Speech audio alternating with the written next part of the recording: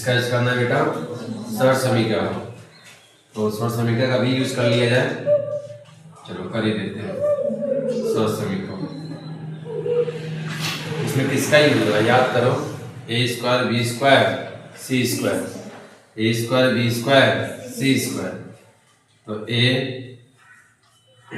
Square plus B square plus C square, आगे क्या होगा 2ab 2bc और 2 आपका ca, क्या होगा फार्मूला बेटा,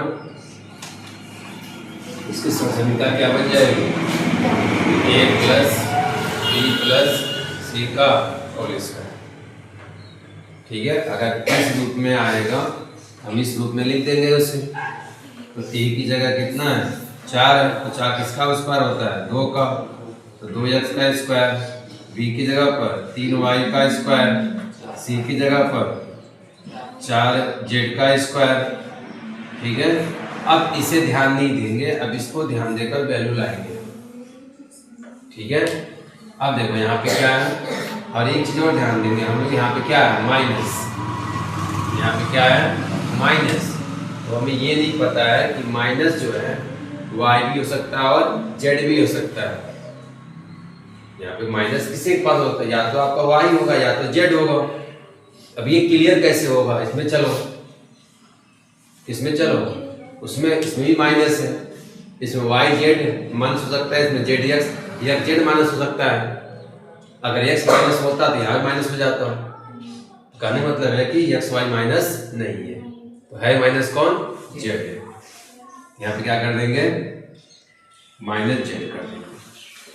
ये पकड़ में आ गया कि इन तीनों में माइनस कौन है माइनस z है। क्यों, यदि आपका x y माइनस होता तो यहाँ माइनस होता, क्योंकि x y हुआ तो माइनस है नहीं हुआ।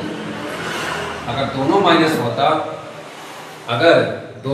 होता तो क्या होता, अगर दोनों माइनस होता तो भी प्लस हो जाता है। ये क्लियर हो गया, तो माइनस कौन इसमें है z है, तो z वाले पे माइनस कर दो, माइनस स्क्वायर इसलिए प्लस हो जाता है। तो अब इसको अटेंशन देकर चलना है, 2 a की वैल्यू 2x इनटू b की वैल्यू 3y, फिर आपका प्लस 2 bc चलता है बेटा ना, b की वैल्यू 3y, c की वैल्यू माइनस 4z, फिर प्लस 2bc b देखो 2ab bc c है, तो c की वैल्यू माइनस 4z, a की वैल्यू 2x। अब इसको सॉल्व करने पर देखो ऊपर आ रहा है कि नहीं आ रहा, 2 दूनी 4, 4 की यही 12 ना, 12 क्या x y, देखो 12 x y आ गया, माइनस प्लस माइनस 3 दूनी 6, 6 चौको 24 भी आ गया, माइनस 4 दूनी 8, 8 दूनी 16, तो 16 भी आ गया ना। तो इसको हम लिख सकते हैं क्या a प्लस बी प्लस सी का होल स्क्वायर। इसको लिख सकते हैं क्या हम लोग, a की वैल्यू कितनी है 2x, b की वैल्यू कितनी है प्लस 3y, c की वैल्यू कितनी है माइनस 4z, तो माइनस 4z का होल स्क्वायर।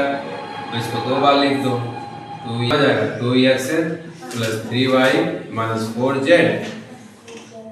2 टाइम्स है ना, 2 टाइम्स लिख दीजिए इसको, 2x plus 3y minus 4z।